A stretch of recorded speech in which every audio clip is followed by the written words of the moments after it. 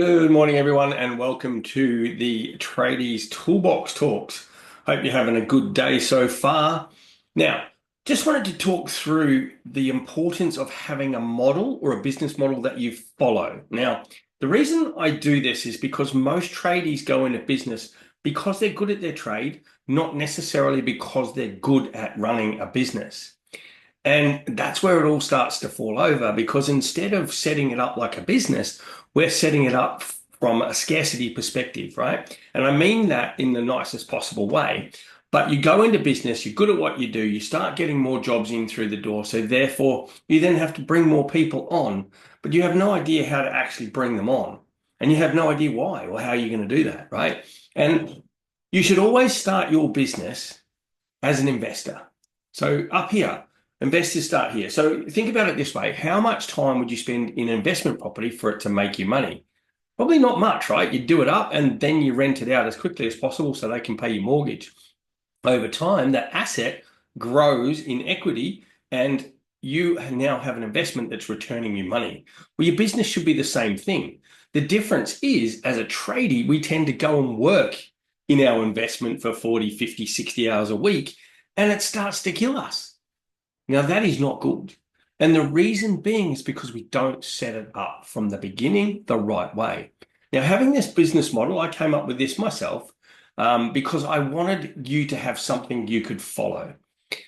Now, we always start with this. Okay, so if we start here and we go values, culture, vision, mission, and goals of the business, they are super important to sit down and map out before you even start your business.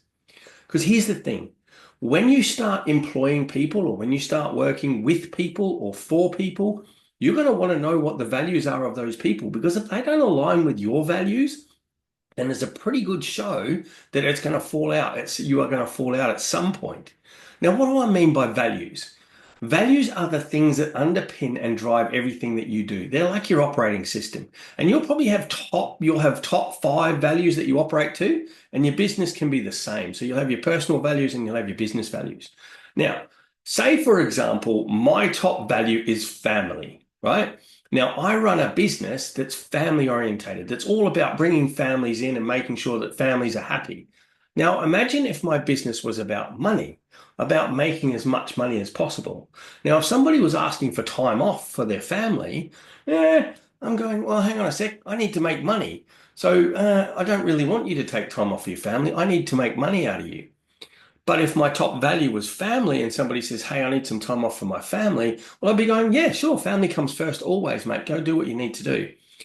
There's a lot of other values that you could bring in, customer centric, punctuality, integrity, honesty.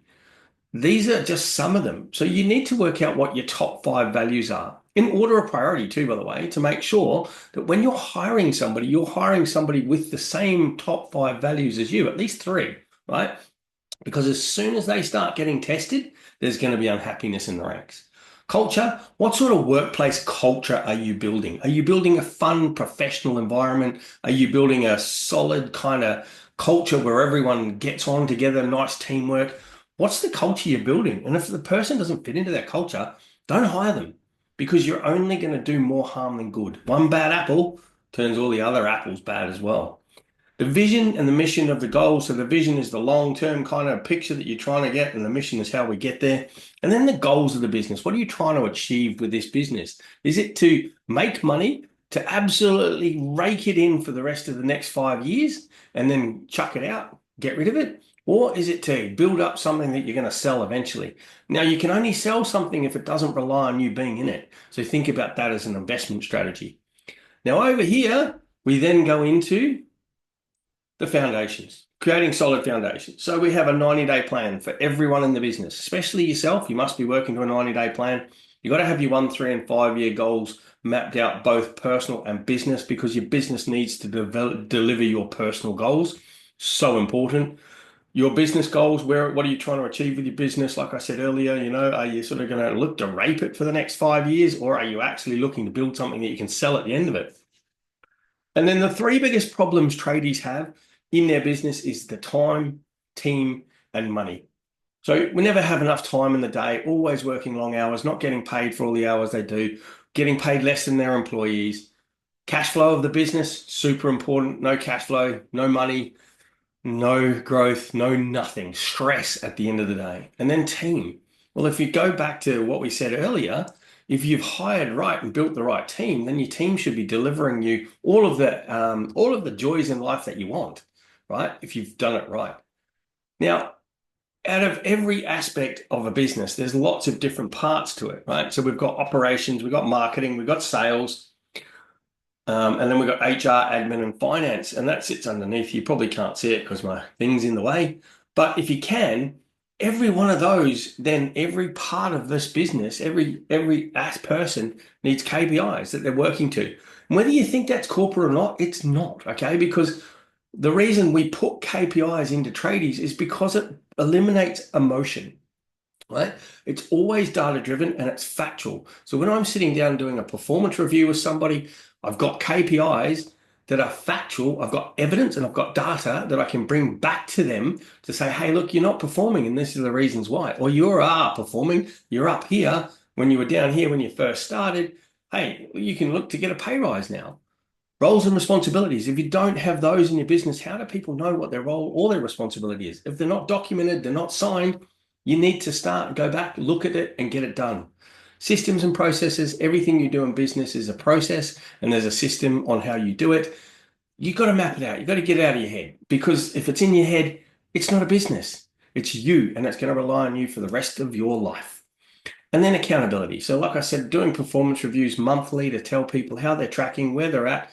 And it doesn't have to be a beat up on the employee session, which is what most people think performance reviews are all about. No, it's a 360-degree feedback where they get to feedback how they're traveling in the company, and we get to feedback to them how the company thinks they're traveling and what they need to do to improve by next month.